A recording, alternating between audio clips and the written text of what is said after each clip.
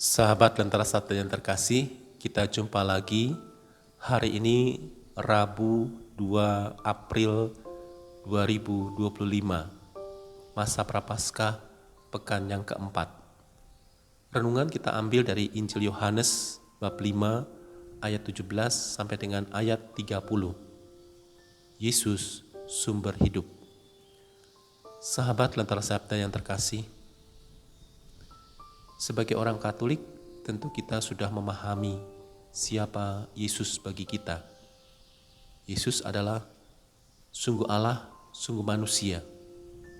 Allah yang menjadi manusia untuk solider dan juga untuk seperasaan, sepikir dan sehati dengan kita manusia. Oleh karena itu ia hadir dalam bentuk manusia. Karena kita yakini bahwa Allah mampu melakukan apa saja pada dirinya dan juga pada diri manusia. Allah mampu menjadikan dirinya manusia. Demikian juga Allah mampu mengubah manusia yang jahat menjadi manusia yang baik, asal manusia masuk dalam pertobatan.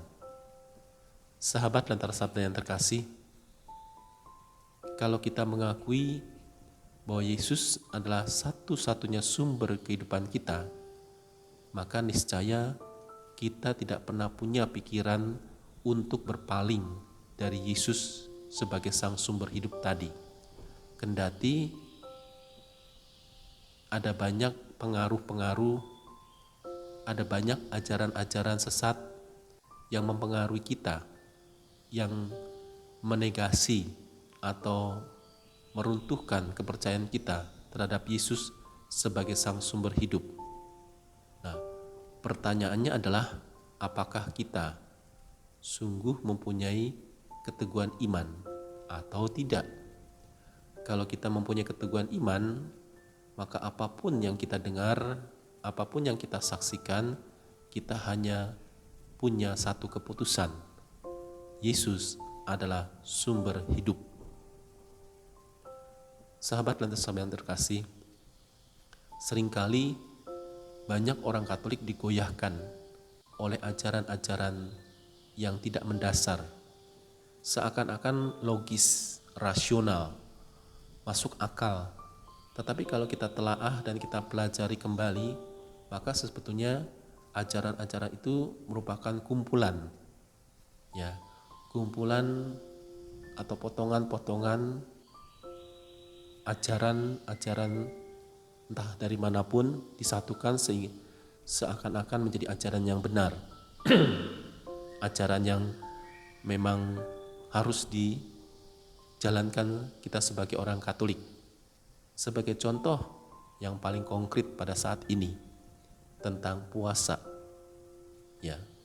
Ada banyak pendapat-pendapat bahwa orang Katolik itu memang harus berpuasa karena Yesus juga berpuasa selama 40 hari, tidak makan dan tidak minum. Sementara ajaran atau aturan gereja, puasa dan pantang itu tidak seberat itu. Seakan-akan kita menegasi ajaran itu. Sahabat Lentera Sabda yang terkasih, maka orang hanya mempunyai tekanan pada soal ragawi. Bagaimana orang bisa menahan lapar dan haus selama 40 hari. Sementara tidak dipikirkan hal-hal yang lain. Ya, boleh-boleh saja dan bisa saja kita melakukan itu kalau mampu. Maka selalu dikatakan dalam peraturan pantang dan puasa, pantang dan puasa ini adalah ringan. Maka kita diajak mencari yang sesuai dengan kemampuan kita masing-masing. Dengan kata lain, gereja tidak memaksa umatnya untuk melakukan apa yang menjadi ajaran atau aturan, tetapi justru dikembalikan pada kita semua. Tetapi gereja memberikan dasar pantang dan puasa yang harus kita laksanakan sebagai orang Katolik. Oleh karena itu, kalau pemahaman kita sampai ke sana, kita juga semakin memahami Yesus itu sebagai sumber hidup di dalam kehidupan kita. Artinya bukan hanya yang ragawi yang kita urusi, tetapi justru hal-hal yang rohani yang harus kita kelola dengan baik.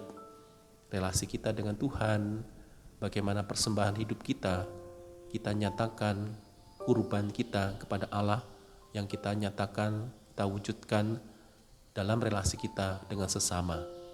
Oleh karena itu, sahabat dan sabda yang terkasih, marilah kita mohon pertolongan Tuhan. Semoga dalam masa prapaskah ini kita semakin menyadari, kita semakin bersatu dengan Yesus sebagai Sang Sumber hidup, dan kita berbuah dalam kasih, kebaikan, dan pengampunan. Tuhan memberkati.